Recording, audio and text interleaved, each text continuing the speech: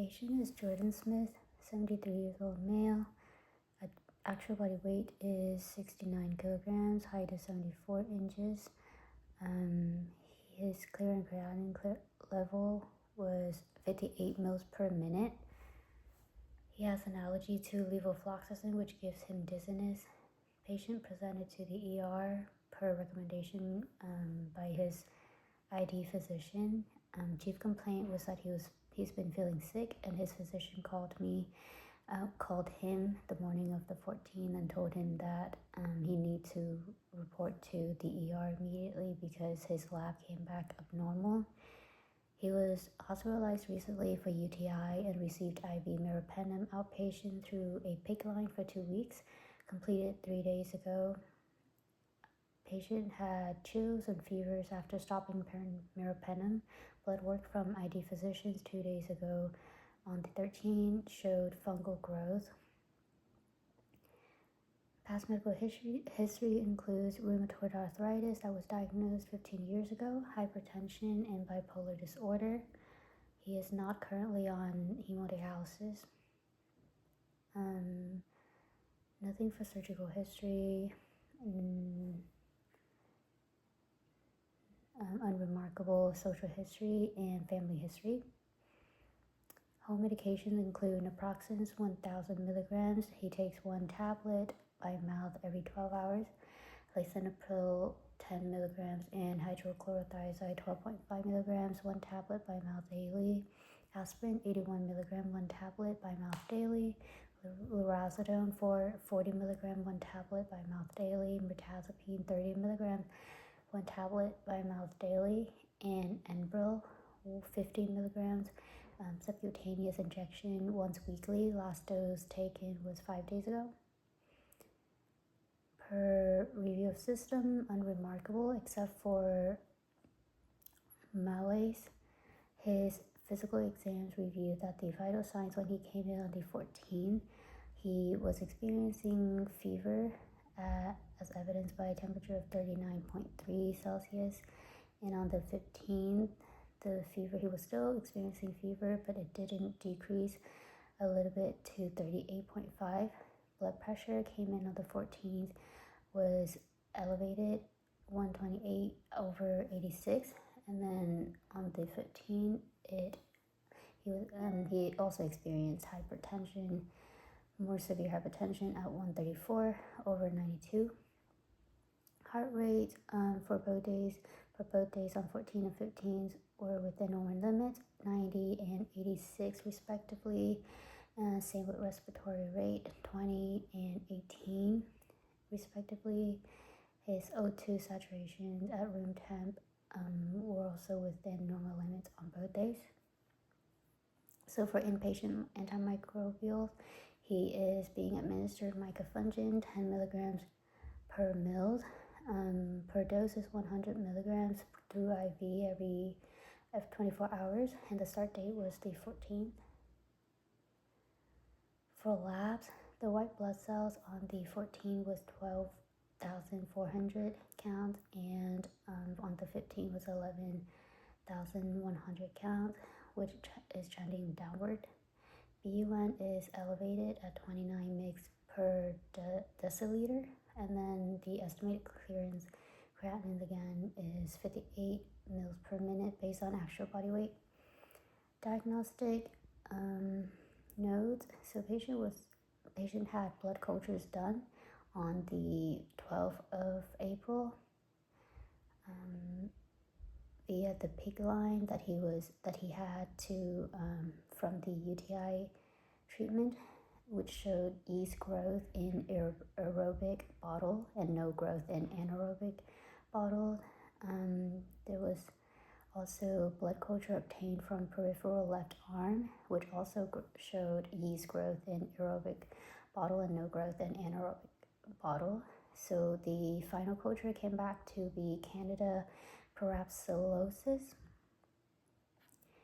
Resistant test was done, and it showed that this strain of Candida is susceptible to micafungin, voriconazole, and fluconazole.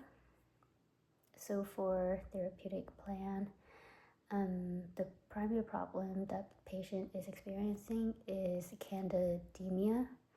The pertinent positive evidence are positive blood tests from pig line and left arm for the yeast growth, which came back to be Candida parapsilosis. Signs and symptoms of infections, including chills and fevers, as evidenced by the 39.3 degrees Celsius on the 14th and 38.5 degrees on the 15th. Patient also complained of not feeling himself or feeling well, per chief complaint. And patient was also administered micafungin for inpatient antifungal.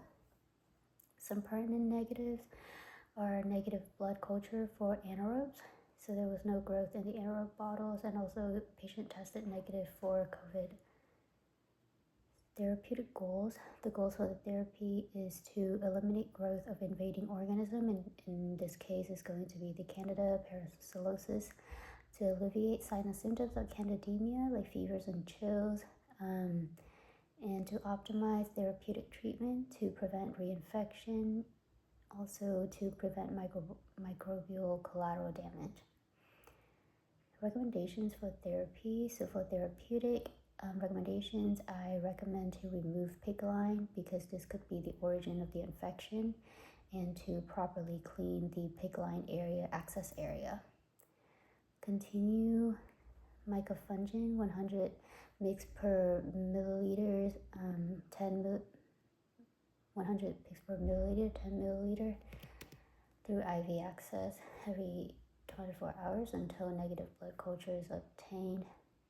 To start fluconazole step-down therapy, 400 milligrams, 1 tablet by mouth daily for 14 days post-negative blood cultures with improved symptoms.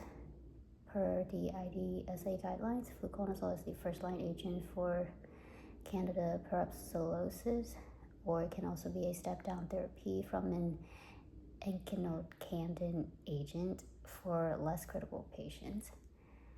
I also recommend to order daily or every other day blood culture until negative results are obtained, and patient can be discharged once fluconazole begins. Another suboptimal option that could be considered for patient per IDSA guideline is to continue the current micafungin 100 milligrams per ml, 10 milligrams IV every 24 hours, therapy for 14 days after the negative blood culture has been obtained, and with improvement of symptoms. So per the guidelines, patient with candidemia can complete the course of therapy on micafungin if this was initially used as initial therapy, even though it is not the first line treatment for this specific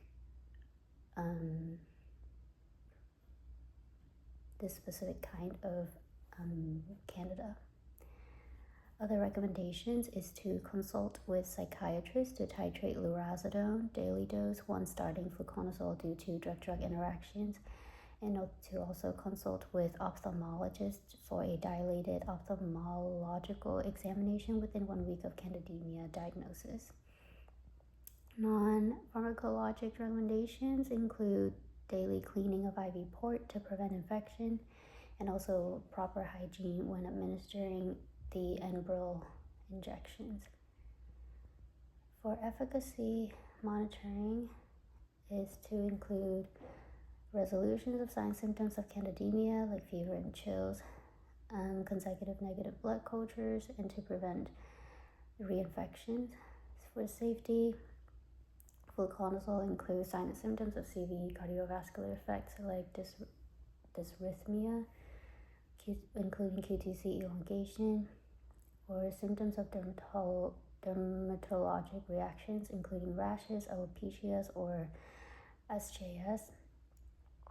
Signs and symptoms of hepatotoxicity, including increased transaminase enzymes or jaundice. For micafungin is signs and symptoms of GI complications like diarrhea or vomiting, fever, or signs and symptoms of CV complications, including AFib, tachycardia, or phlebitis.